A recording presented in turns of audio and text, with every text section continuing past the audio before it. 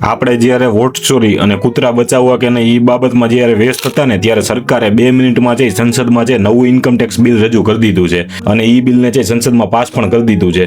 Bill કંઈક એવું છે, એ બિલ ઉપરથી જે ઇન્કમટેક્સના અધિકારીઓ રહ્યા એને છે તમારી પર્સનલ બધી માહિતી છે એ એક્સેસ કરવાની સત્તા મળશે. તમારું ઈમેલ હોય તોય ભલે, તમારા સોશિયલ મીડિયા એકાઉન્ટ હોય ભલે, તમારા ફેસબુક કે વોટ્સઅપ હોય તોય ભલે, અને તમારું ટેલિગ્રામની ચેટ હોય તોય ભલે, તમામ માહિતી જે ઇન્કમટેક્સના અધિકારીઓ છે સર્ચ કરીને લઈ શકશે. અને જો તમે પાસવર્ડ નહીં આપો તો એ લોકો પાસવર્ડ તોડી પણ શકશે. એટલે તમામ માહિતીઓ જે ઇન્કમટેક્સ ડિપાર્ટમેન્ટ છે એક્સેસ કરી શકશે. આ માટે જે બિલમાં જોગવાઈ છે, બિલમાં જે એવી કોઈ જોગવાઈ કરવામાં નથી આવી કે આ બધું કરવા માટે જે સરકારને જે કોર્ટમાંથી પરવાનગી લેવી પડશે. મતલબ છે કોર્ટની કોઈ પરમિશનની જરૂર જ નહીં પડે, નહીં કોઈ વોરંટ, નહીં કાંઈ. સીધું છે ઇન્કમટેક્સના અધિકારીઓ છે તમારું ફેસબુક, વોટ્સઅપ કે કોઈ પણ ચેટ હોય એ બધું જોઈ શકશે. વિચાર કરો, માનવતાના અધિકારો ઉપર છે આ લોકોએ હનન કરવાનું કામ છે એ કર્યું છે. ઇન્કમટેક્સ બિલના નામે છે સીધી છે લોકતંત્રમાં જનતાની જે પ્રાઇવસી છે એની ઉપર જે સીધો તરફ મારવાની જે કોશિશ ઇન્કમટેક્સ બિલના માધ્યમથી કરી છે.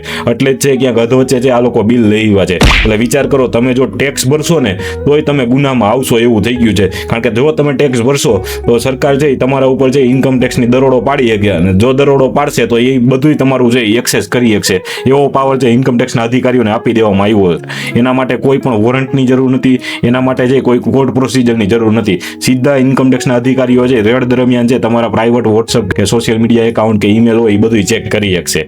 આનો સીધો મતલબ એમ છે કે જનતાના જે મૂળભૂત અધિકારો છે એના ઉપર તરાપ મારવાનું કામ છે આ સરકારે કર્યું છે. હકીકતમાં જો એને જોતું પણ હોય એક્સેસ તો પણ જે કોર્ટમાં પૂરતા પુરાવા રજૂ કરી અને જે વોરંટ આપીને લેવું જોઈએ. એની બદલે સરકારે જે આખો જે ઇન્કમટેક્સ એક્ટ 1961 હતો એમાં સુધારો કરી દીધો છે અને આવી જોગવાઈ નાખી દીધી છે. એટલે જનતાને કેવું હતું, આ લોકો છે તાનાશાહી ભર્યું પગલું લઈ રહ્યા છે એની વિરુદ્ધ જે અવાજ ઉપાડજો. બાકી આગામી સમયમાં છે આ લોકો છે તમારા બધા અધિકારો ઉપર છે તરાપ મારવા માટે છે રેડી જ બેઠા છે. એટલે ખાસ છે આ એક નવી અપડેટ હતી કે આપણે જ્યારે વોટ ચોરીના મામલામાં વ્યસ્ત હતા ત્યારે સરકારે પાછળથી જે ઇન્કમટેક્સનું આખું બિલ જ છે એ ફેરવી નાખ્યું છે અને આવા બધા ક્લોઝ છે અંદર એડ કરી દીધા છે જેથી કરીને તમારું બધું છે આ એજન્સીઓ જોઈ શકે. એટલે ખાસ છે આ મુદ્દે અવાજ ઉપાડજો, નકર પછી આગામી સમયમાં છે તાનાશાહી ભોગવવા તૈયાર રહેજો. ધન્યવાદ. જય હિન્દ, જય ભારત.